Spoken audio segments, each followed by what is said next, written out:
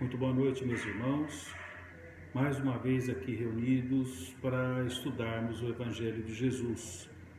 Infelizmente, ainda continuamos nessa situação complicada a nível mundial, que não podemos nos reunir pessoalmente.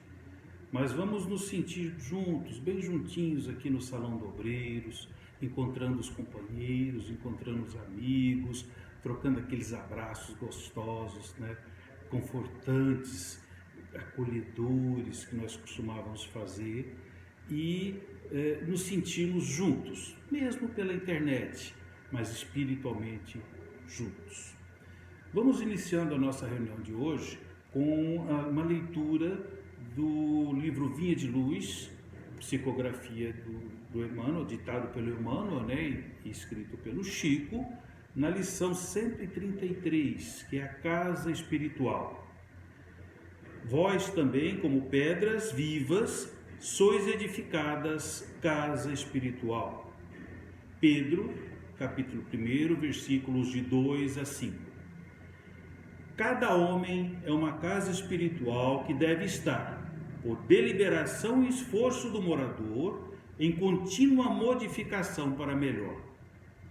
Valendo-nos do símbolo, recordamos que existem casas ao abandono, caminhando para a ruína, e outras que se revelam sufocadas pela era entrelaçada ou transformadas em redutos de seres traiçoeiros e venenosos da sombra. Aparecem de quando em quando edificações relaxadas, cujos inquilinos jamais se animam a remover o lixo desprezível, e observam-se as moradias fantasiosas, que ostentam fachada soberba com indisfarçável desorganização interior. Tanto quanto as que se encontram penhoradas por hipotecas de grande vulto, sendo justo acrescentar que são raras as residências completamente livres, em constante renovação para melhor. O aprendiz do Evangelho precisa, pois, refletir nas palavras de Simão Pedro, porque a lição de Jesus não deve ser tomada apenas como carícia embaladora, e sim por material de construção e reconstrução da reforma integral da casa íntima.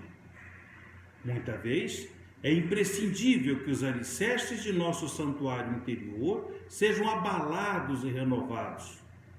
Cristo não é somente uma figuração filosófica ou religiosa nos altiplanos do pensamento universal. É também o restaurador da casa espiritual dos homens. O cristão, sem reforma interna, dispõe apenas das plantas do serviço. O discípulo sincero, porém, é o trabalhador devotado que atinge a luz do Senhor, não em benefício de Jesus, mas, sobretudo, em favor de si mesmo. Vamos elevar o nosso pensamento ao nosso Mestre Jesus, agradecendo por mais essa reunião, por estarmos juntos mais uma vez e que nós tiremos dessa lição, desse ensinamento de hoje, o melhor proveito e que consigamos colocá-lo em prática no nosso dia a dia. Agradecemos pela companhia dos nossos espíritos elevados, aqueles que acompanham essa casa, que dirigem essa casa. E para todos aqueles irmãos aqui presentes, encarnados e desencarnados, que a sua paz reine em nossa vida, Mestre Jesus, mesmo nesses momentos de tribulações. Que assim seja. Bem, meus irmãos, nós iremos estudar hoje o capítulo 21 do Evangelho segundo o Espiritismo. Haverá falsos cristos e falsos profetas. Nós vamos estudar hoje no item 5, que Allan Kardec denominou prodígio dos falsos profetas.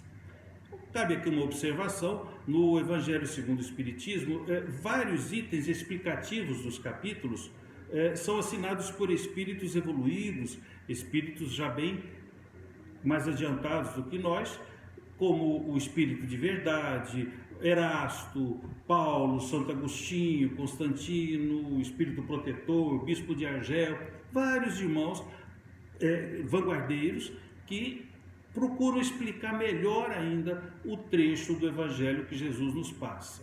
Tudo isso para que a gente consiga aprender mais fácil. Devido à nossa ainda involução espiritual, nós precisamos desses detalhamentos para facilitar. Quando essa lição não é assinada, significa, como a lição de hoje, significa o quê? Que foi escrita pelo próprio Kardec. Nós vamos fazer a leitura primeiro desse trecho de Kardec e depois vamos fazer alguns comentários para trazer esse conteúdo para o nosso dia a dia, para aplicação prática, que é realmente o que a gente mais precisa. Diz Kardec no item 5 do capítulo 21: levantar-se-ão falsos cristos e falsos profetas, que farão grandes prodígios e coisas de espantar, a ponto de se seduzirem os próprios escolhidos. Estas palavras dão o verdadeiro sentido do termo prodígio. Na acepção teológica, os prodígios e os milagres são fenômenos excepcionais, fora das leis da natureza. Sendo estas exclusivamente obras de Deus, pode ele, sem dúvida, derrogá-las, se lhe apraz. O simples bom senso, porém, diz que não é possível haja ele dado a seres inferiores e perversos um poder igual ao seu, nem, ainda menos, o direito de desfazer o que ele tenha feito. Semelhante princípio não o pode Jesus ter consagrado. Se, portanto, de acordo com o sentido que se atribui a essas palavras, o espírito do mal tem o poder de fazer prodígios, tais que os próprios escolhidos se deixam enganar, o resultado seria que, podendo fazer o que Deus faz, os prodígios e os milagres não são privilégio exclusivo dos enviados de Deus, e nada provam, pois que nada distingue os milagres dos santos dos milagres do demônio. Necessário, então, se torna procurar um sentido mais racional para aquelas palavras. Para o vulgo ignorante, todo fenômeno cuja causa é desconhecida passa por sobrenatural, maravilhoso, miraculoso. Uma vez encontrada a causa, reconhece-se que o fenômeno, por muito extraordinário que pareça, mais não é do que a aplicação de uma lei da natureza.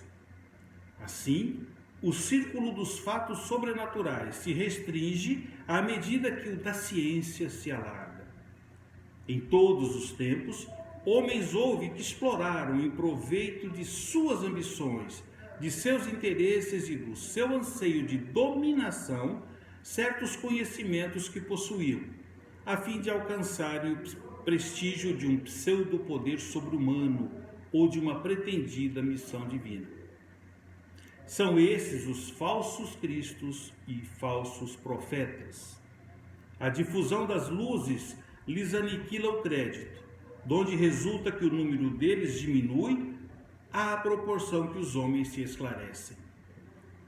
O fato de operar o que certas pessoas consideram prodígios não constitui, pois, sinal de uma missão divina, visto que pode resultar de conhecimento cuja aquisição está ao alcance de qualquer um, ou de faculdades orgânicas especiais que o mais indigno não se acha inibido de possuir, tanto quanto o mais digno.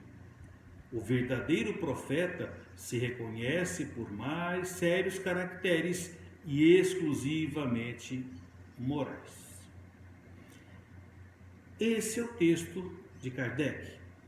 E ele está comentando aqui um trecho do Evangelho de Jesus segundo Mateus capítulo 24 e segundo Marcos capítulo 13, onde Jesus diz o seguinte: então, se alguém vos disser, o Cristo está aqui ou está ali, não acrediteis absolutamente, porquanto falsos cristos e falsos profetas se levantarão, que farão grandes prodígios e coisas de espantar, ao ponto de seduzirem, se possível, os próprios escolhidos. Palavras de Jesus. Jesus já nos alertava sobre o aparecimento de pretensos seres divinos, pessoas missionárias, indicando onde Jesus estaria. E nós vemos isso ainda hoje. Naquela época já existia muito, e hoje muito mesmo. Se naquela época apareciam pessoas se mostrando continuador da missão dele, hoje encontramos em vários lugares pessoas que se apropriam de uma coisa sagrada, que é a revelação espiritual, e projeta, como Kardec diz, a própria personalidade para conseguir interesses, conseguir questões pessoais. O texto de Kardec é curto, mas ele é profundo. E nós vamos tentar esmiuçar, primeiro, como ele interpreta essas palavras do Cristo relacionadas a estes prodígios. Como nós podemos estar orientados e alertas para não cairmos nas armadilhas dos falsos profetas. Porque eles vão aparecer, eles estão aparecendo a todo instante. E nós temos que ter o conhecimento para fazer a distinção.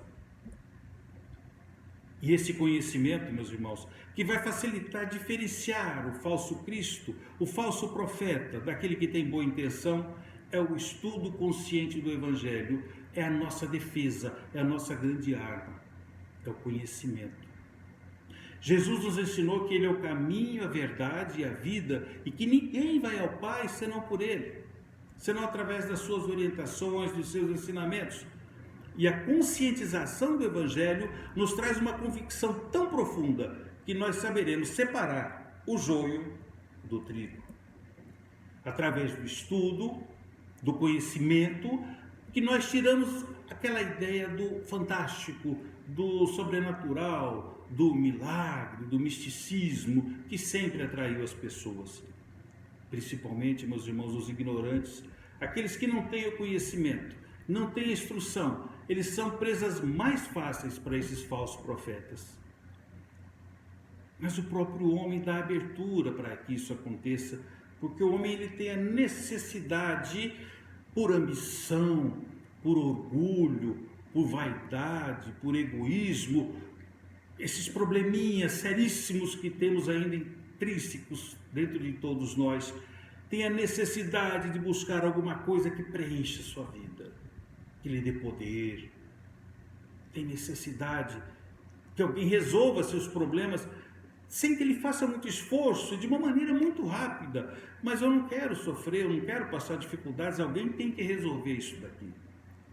A ambição, o homem tem a ambição de buscar um poderoso que lhe dê a vida profissional que ele deseja, um sucesso na vida, mais dinheiro, trazer de volta o amor perdido, mas tudo assim muito rápido, como se a coisa acontecesse de uma hora para outra.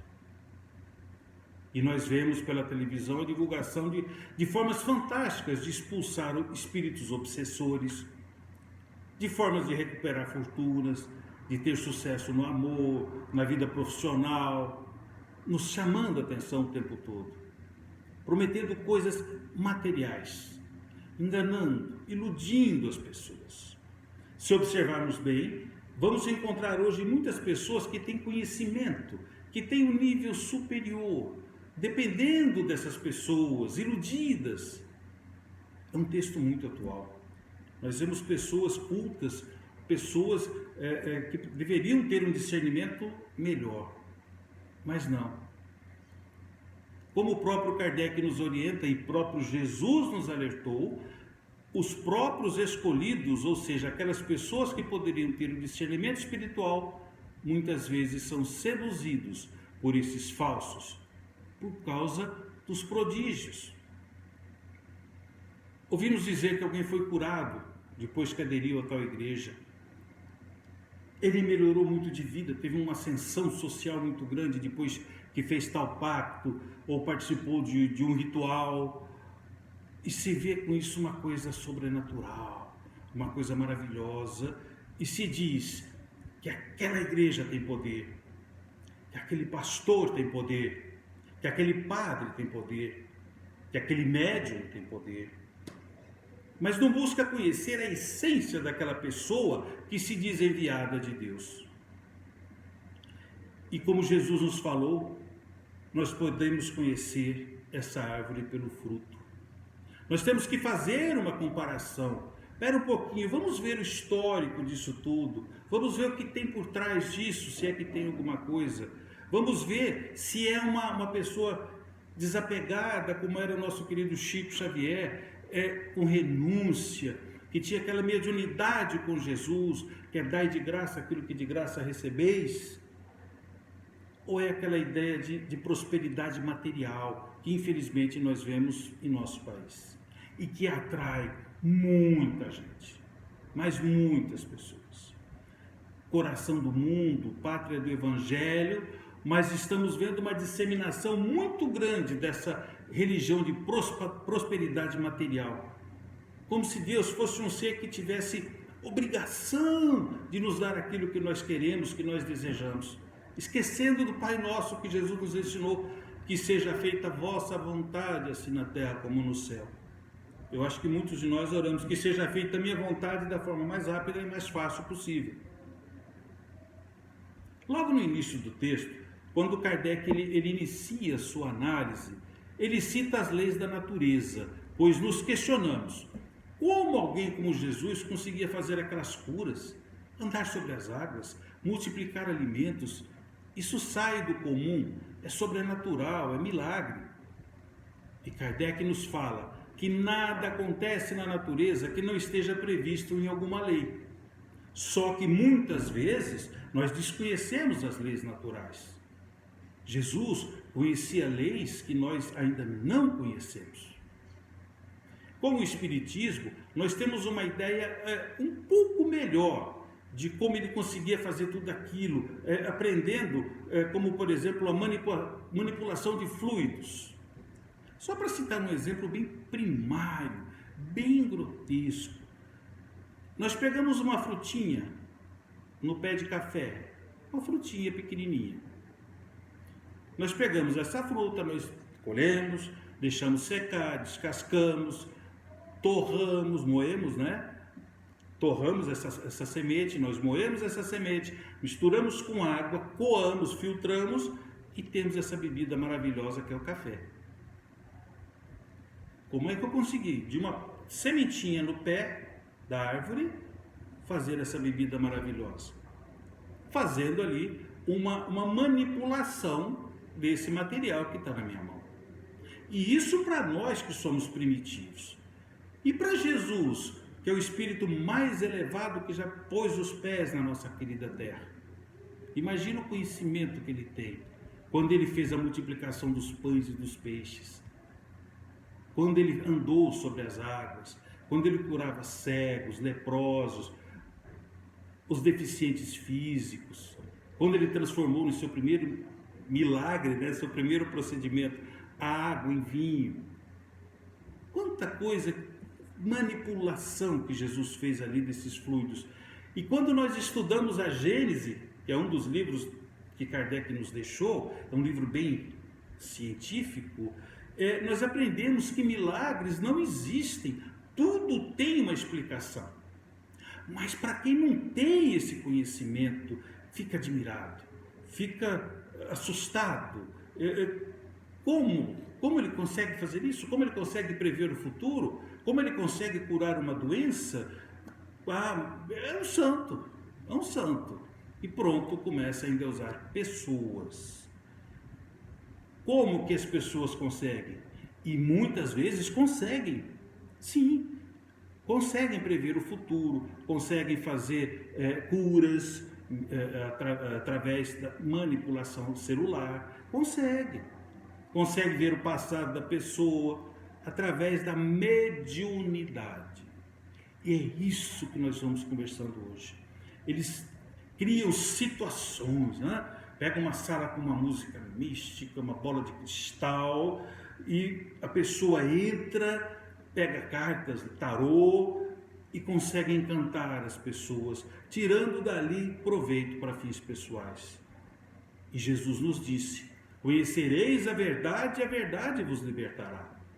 Mediunidade nada tem a ver com religião, nem com moral do médium.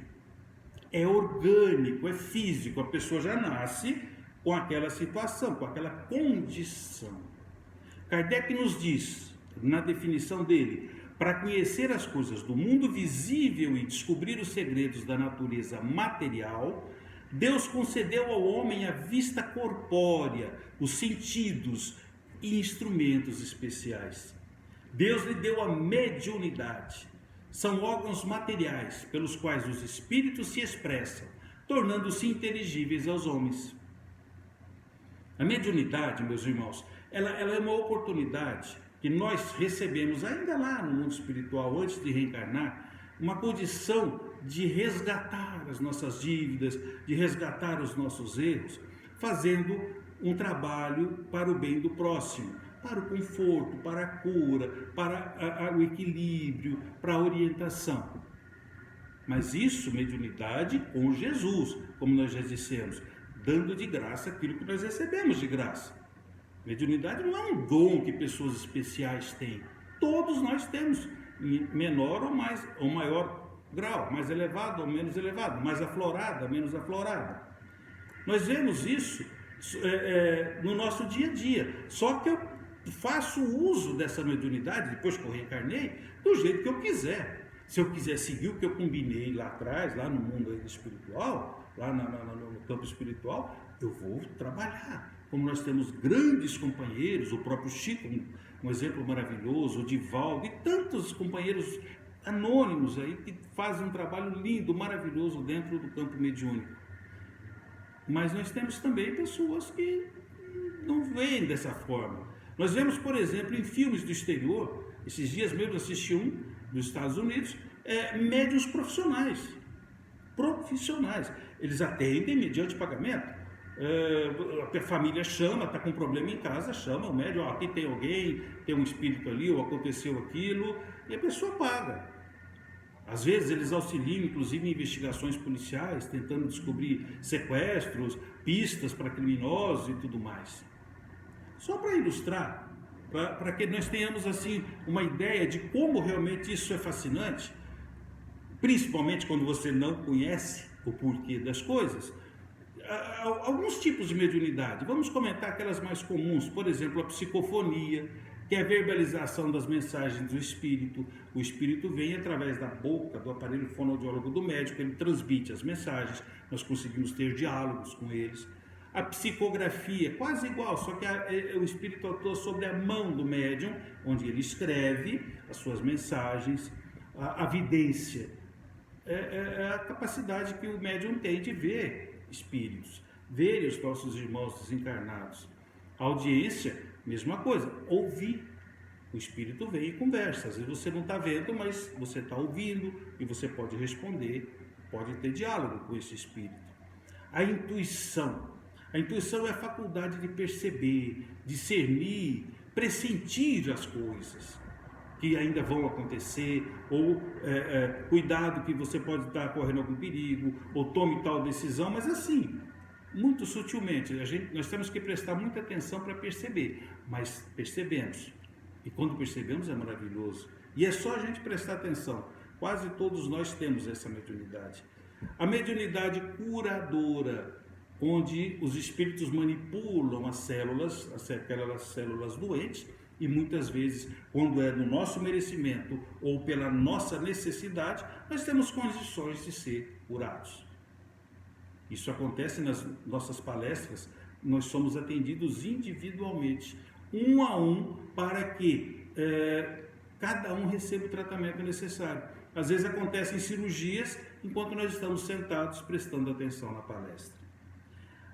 A psicometria, que é muito usada, como citei agora há pouco, nos filmes, são aqueles irmãos que têm capacidade. Ele toca no objeto, ele encosta numa mesa, entra numa sala, ele tem a percepção do que aconteceu ali no passado, ele tem a percepção de fatos, coisas que aconteceram ali ligados naquelas pessoas. E a mais rara, hoje bem mais rara, já foi mais comum, que é a mediunidade de transporte. O espírito ele tem condição de pegar um objeto que está lá fora e trazer, desmaterializá-lo e trazer aqui para dentro. Um vaso de flor, qualquer objeto, ele consegue trazer para dentro. Agora vocês imaginem como fica uma pessoa que não tem um pouquinho desse conhecimento, desse entendimento, e alguém usa da mediunidade para impressionar, para tirar algum proveito, claro, usando com a má intenção. Imagina como é que fica a pessoa, fala, meu Deus, fica de boca aberta, assustado. Fala, essa pessoa, como eu disse agora há pouco, essa pessoa tem poder. Quantas pessoas, meus irmãos, isso acontece muito também, lá no plano espiritual, antes de reencarnar, como eu disse, que nós fazemos aquele, combinamos, né, de voltar e trabalhar para o bem do nosso irmão, mas que se desviaram pelas facilidades materiais que lhes são oferecidas. Quantos médios caem quando buscam, durante esse trabalho, um pagamento, uma vantagem material, uma vantagem pessoal sobre aquilo que está fazendo. Aí deixa de ser mediunidade com Jesus. Quando Kardec nos diz, lá no texto, se só fosse dado a Deus ou a seres que estão ligados a Deus produzir estes fenômenos, nós não veríamos pessoa do mal, que só pensam em si, fazendo esses prodígios. O que Kardec quer nos mostrar é que na natureza existem leis, e que essas leis, sendo conhecidas por pessoas de qualquer grau moral, podem ser usadas para o bem ou para o mal. Livre-arbítrio de cada um. Claro que depois nós vamos responder por isso. Nós vemos na história muitos casos de pessoas muito inteligentes, intelecto elevadíssimo, que conseguem, através do seu magnetismo pessoal, usando essas leis para influenciar, para conduzir, manipular em benefício próprio, e cria uma legião de seguidores. Muitas vezes um país, uma população toda, seja no âmbito religioso, seja no âmbito político, seja no âmbito social. São os falsos líderes que prometem muito, mas que no final nós vamos descobrir que não era nada disso. Tudo isso reflete a nossa involução espiritual. Nós temos ainda uma estrada longa pela frente para conseguirmos nos aproximar da perfeição. Temos muito o que fazer. E até chegar lá, meus irmãos, seguir o Mestre, orar e vigiar. Tem que ser permanente esse orar e vigiar em nossas vidas, porque até os escolhidos podem ser enganados. Até aqueles que têm maiores condições de discernimento podem cair nessas armadilhas. Então nós temos que orar e vigiar sempre, e prestar muita atenção em quem nós estamos confiando. Kardec nos diz mais adiante do texto, o círculo dos fatos sobrenaturais se restringe à medida que o da ciência se alarga. Quanto maior o conhecimento sobre o nosso corpo, sobre o universo, sobre o lado espiritual, o que era sobrenatural não é mais.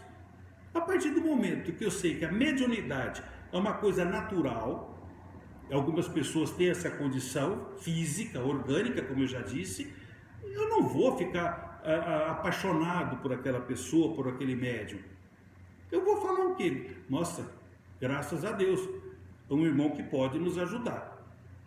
Quanto mais evoluirmos, menores as chances de cairmos nas armadilhas, mas sempre orando e vigiando. Porque uma piscada errada e nós caímos nessas armadilhas. Kardec continua dizendo, a difusão das luzes, quando Kardec usa o termo luz, é o termo conhecimento. Então a difusão das luzes aniquila o crédito desses falsos profetas. Muitos não querem que as pessoas se esclareçam para não perder o poder que tem sobre elas. É muito mais fácil manipular o ignorante. Simples, e nós vemos isso no correr do tempo. E eles continuam tirando vantagens pessoais dessas pessoas. Quando alguns se afastam, eles correm e conquistam outros. E vai sempre repondo a sua arrecadação de bens materiais. No final, Kardec arremata que o fato de operar o que certas pessoas consideram prodígio não constitui, pois, sinal de uma missão divina, visto que pode resultar de conhecimento cuja aquisição está ao alcance de qualquer um, ou de faculdades orgânicas especiais, que é a mediunidade. Qualquer um que nasça com a mediunidade mais ostensiva vai ter condições de ver, de ouvir, de curar, tanto a pessoa digna quanto a indigna. E termina dizendo, O verdadeiro profeta se reconhece por mais sérios caracteres e exclusivamente morais. Exclusivamente morais. Nós temos pessoas muito evoluídas, muito elevadas, que não aparecem, não se mostram, praticam o bem, auxiliam, orientam, mas na simplicidade, na humildade. O verdadeiro missionário de Deus, eles são discretos, eles são humildes, não buscam autopromoção. Agora, quanto mais a pessoa se autopromove, mais nós temos que duvidar. A forma mais eficaz de nos precavermos dessas armadilhas é buscar a Deus, estudar, ter o conhecimento, saber que nós construímos a nossa própria vida com as nossas próprias ações, que nós precisamos nos esforçar para ter sucesso, nós precisamos mudar os nossos hábitos, nós precisamos fazer uma reforma interior, se eu quiser ter paz interior. Nós precisamos transformar a nossa vida diferente, seguindo os ensinamentos do nosso Mestre Jesus, não dependendo de alguém que venha a um simples gesto, a uma simples prece, entre aspas, revolucionar minha vida toda. Não existe mágica, meus irmãos, não existe milagre, existe transformação. Transformação fluídica, transformação de caráter, transformação de moral, transformação de postura, transformação. Kardec nos orienta, espíritas instruí-vos, justamente para isso, para que a gente não caia nessas armadilhas, para que a gente busque sempre o conhecimento, o esclarecimento, para sabermos que Deus está sempre conosco, que Jesus não nos abandona em hipótese alguma em qualquer situação, e que não vai ser qualquer um que vai conseguir me iludir, porque eu sei exatamente o que Jesus me ensinou. Ajuda-te que o céu te ajudará. Faça a tua parte. Lute, tente se transformar, tente modificar no seu íntimo, no seu interior. Esqueça os outros. Você, eu tenho que olhar para mim, os meus defeitos. Os defeitos que eu critico no outro, eu puxo para mim. Falo, se eu não gostei dele é porque eu tenho também e eu vou me corrigir nisso. E a partir do momento que nós tivermos uma boa intenção de mudar, de transformar a nossa vida, ajuda-te que o céu te ajudará. Com certeza todos os espíritos mais evoluídos vão estar do nosso lado. Jesus vai estar do nosso lado dando maior apoio, maior força, maior incentivo. Mas nós nunca devemos esquecer, meus irmãos, aquilo que nós plantarmos nós colheremos. Não adianta. É uma regra muito clara. Não é para castigar ninguém e não é para beneficiar ninguém. O que eu planto, eu colho, independente de qualquer situação. Se eu plantar amor, se eu plantar caridade, eu vou receber isso. Se eu plantar esforço, dedicação, trabalho, eu vou ter minha recompensa dentro da minha necessidade, dentro do meu merecimento espiritual. Muitas vezes nós trabalhamos, nós lutamos, nós nos esforçamos, nos dedicamos a vida toda, mas não conseguimos ter uma ascensão muito grande, porque nós temos que passar por todas as situações da vida. Muito poder, nenhum poder, poder social, poder aquisitivo maior, poder aquisitivo menor, muita saúde, pouca saúde, enfim, todas, muito forte, muito fraco. Nós temos que passar por todas essas situações para podermos aprender, para podermos discernir e para podermos simplesmente ter humildade. E a partir do momento que eu estou numa encarnação nessa condição, talvez eu não consiga ter uma ascensão financeira, material muito grande, muito elevada, ou talvez nenhuma. Talvez eu estou aqui embaixo porque eu tenho que passar por isso. Mas o mais importante, seja feita a sua vontade. A minha parte eu estou fazendo. Eu estou me dedicando. Eu estou plantando. Se eu não colher agora, com certeza eu vou colher mais na frente. Nós somos espíritos individuais e imortais.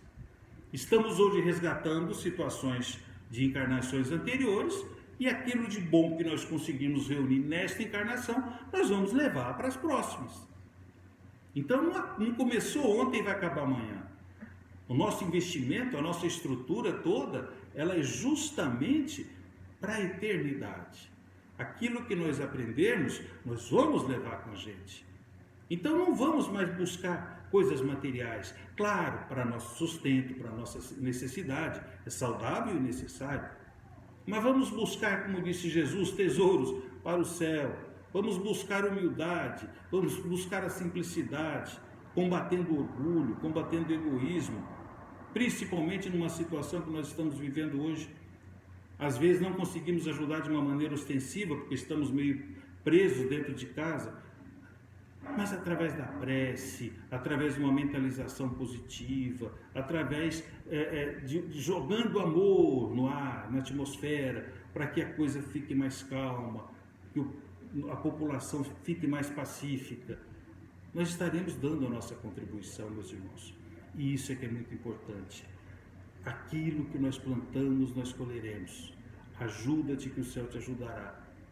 E não vamos mais, prestando atenção nos ensinamentos do Mestre, correr o risco de cairmos nos falsos profetas, nos falsos cristos. Simplesmente saberemos falar, não é por aí que eu vou. Meus irmãos, vamos pensar nisso, confiando cada vez mais em Deus. Vamos confiar cada vez mais no nosso Mestre Jesus. E eu os convido para mais uma vez, aproveitando essa sintonia junto com a espiritualidade superior desta casa, agradecer por ainda estarmos aqui encarnados, aprendendo, passando por essa experiência difícil, dura, mas muito proveitosa para todos nós. Uma excelente oportunidade para revermos nosso Pai, revermos nossos pensamentos, nossas atitudes, que nós consigamos fazer uma transformação. E se não for chegado o nosso momento de resgate, se não for chegado o nosso momento de voltar para o mundo espiritual, que quando nós terminarmos, como nós passarmos por essa situação, saímos daqui muito melhores do que quando nós entramos, totalmente transformados.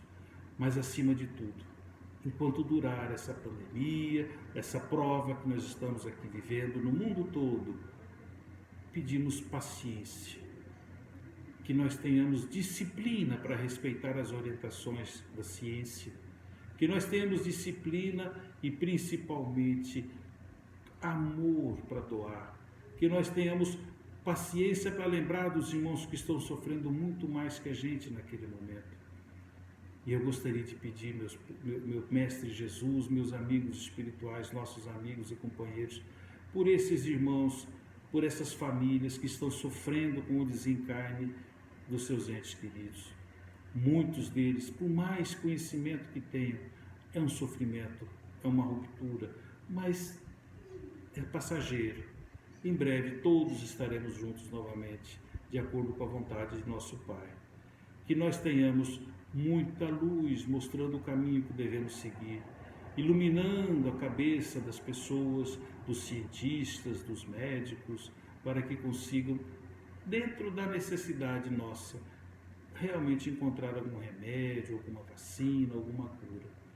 Mas que nós consigamos seguir essa luz, para seguir o seu caminho, Mestre Jesus, para que nós consigamos ter a nossa paz, a paz que o Mestre nos deixou, e não a paz que o mundo quer nos dar através dos bens materiais.